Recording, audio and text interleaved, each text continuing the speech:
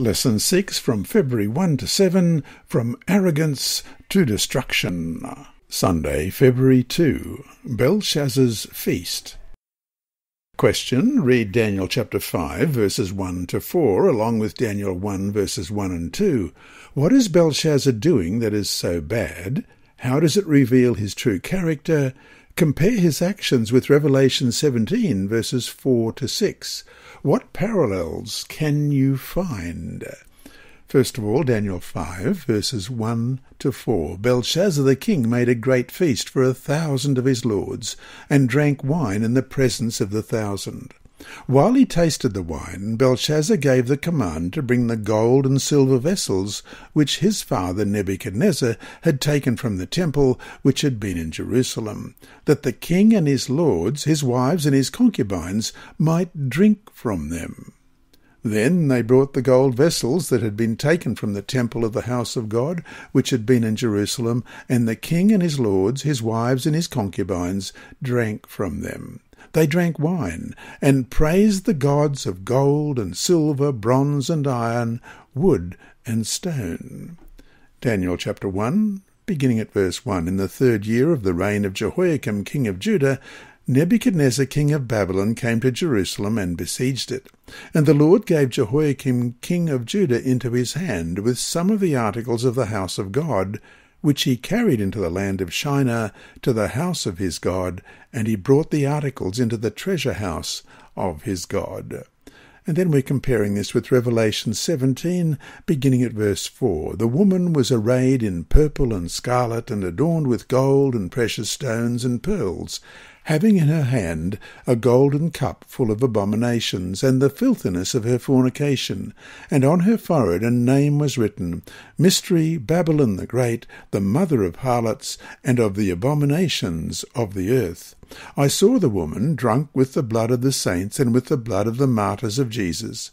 And when I saw her, I marvelled with great amazement. The king commands that the sacred utensils of the Jerusalem temple be used as drinking vessels. Nebuchadnezzar seizes the vessels from the Jerusalem temple, but he places them in the house of his God, which shows that at least he respects their sacred status. But Belshazzar turns the sacred vessels into drinking utensils in a most profane way. While drinking from the sacred vessels, Belshazzar's lords praised the gods of gold and silver, bronze and iron, wood and stone, we read in Daniel 5, verse 4.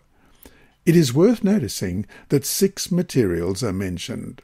The Babylonians used the sexagesimal system, a system based on the number 60, in contrast to the decimal system used today, based on the number 10. Thus, the 6 categories of gods represented the totality of the Babylonian deities, and therefore the fullness of the Babylonian religious system.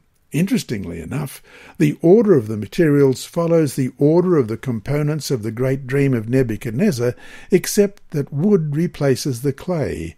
As in the dream, stone appears last, although here it designates the material composition of idols.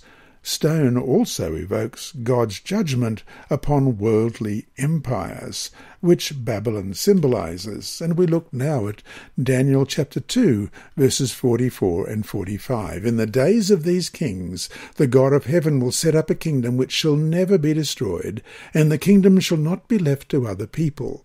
It shall break in pieces and consume all these kingdoms, and it shall stand forever.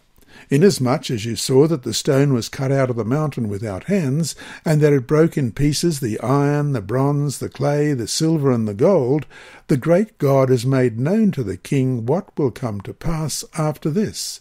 The dream is certain, and its interpretation is sure. This feast serves as an apt representation of end-time Babylon, as seen in the book of Revelation. Like Belshazzar, the woman in end-time Babylon holds a golden cup and offers polluted drink to the nations.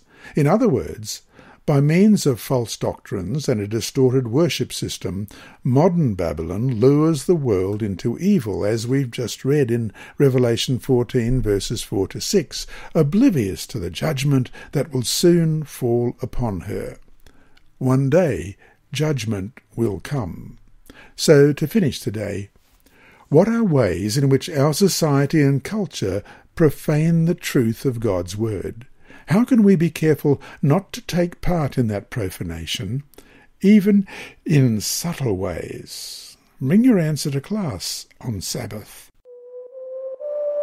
This lesson was read by Dr. Percy Harold for Christian Services for the Blind and Hearing Impaired, Christian Record Services for the Blind, the Sabbath School Department, and Hope Channel. You can also listen on the official Sabbath School 4 app and the Apple iTunes app, Sabbath School with Percy Harold. Remember, God is always faithful.